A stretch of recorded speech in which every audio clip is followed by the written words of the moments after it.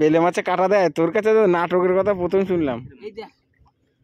বেলে মাছে কাটা দিচ্ছে আর দিয়ে দিয়ে পুটি পাইছে, পুটি। ফেল ওইদিক, ফেল ওইদিক, ডেঙায় ফেল, ডেঙায় ফেল জোর করে। না না, পুটিটা হারাবো না।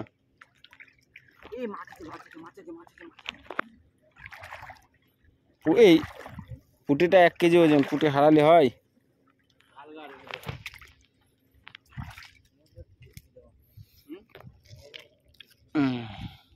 ঠেকলো ঠেকলো তোর কাছে বড় মাছ। আমরা চলে এসেছি সুন্দরবনে, আর কি মাছ ধরবো পুরোটাই দেখাবো এই ভিডিওর মধ্যে। প্রথমে আমরা মাংসটা রান্না করে নিচ্ছি, কিছু খাবার তৈরি করছি, খেয়ে দিয়ে চলে যাবো জাল নিয়ে মাছ ধরতে। তো দেখুন, এই যে মাংস রান্না হয়ে গেছে, মাংস রান্না হচ্ছে।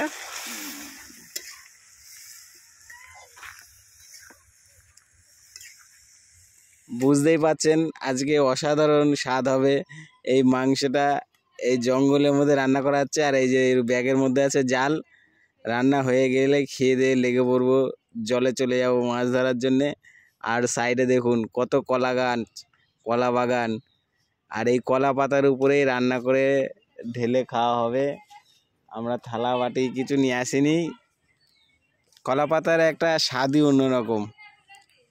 তো বন্ধুরা, তোমাদের কাদের কাদের ভালো লাগে কলা পাতায় খাবার খেতে আমাকে একটু কমেন্ট করে জানাবে। আর আমাদের মাংসটা প্রায় তৈরি হয়ে গেছে, আর কিছুক্ষণ সময় লাগবে। তো চলো,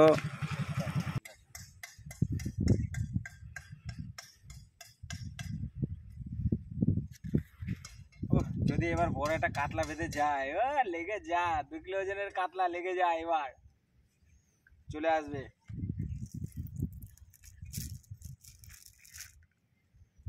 এবার তো 2 কেজি ওজনের কাতলা তো পাবোই, কিছু করার নেই।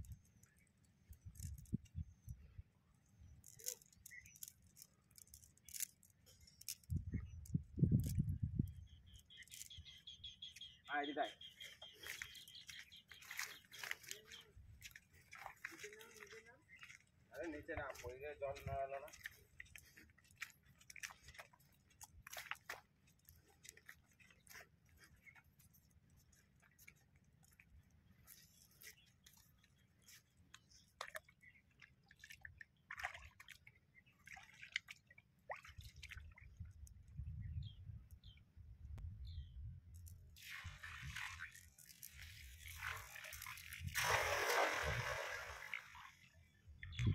জালটা এত কঠিনভাবে ফেললাম, মাছ মনে হচ্ছে পড়বেই। আর পড়ার আগেই মাছ একটা লাফালো, মাছটা জালের মধ্যে ঢুকেছে কিনা বলতে পারবো না। ড্যাঙায় জালটা তুললে বোঝা যাবে। সঙ্গে থাকবেন, কেউ চলে যাবেন না। হ্যাঁ আছে, ঠিক আছে, আমি বুঝতে পেরেছি জালের মধ্যে নড়াচড়া করছে।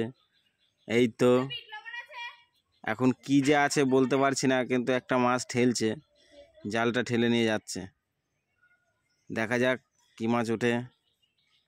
হ্যাঁ এই তো, টানছে টানছে টানছে। ওহ, এইবার তো একটা পাবই। বড় গলদা চিংড়ি চিংড়ি তো আসতে পারে। রাখ বলে মাছ, রাখ। কই বেলে মাছ ছিল দাদা?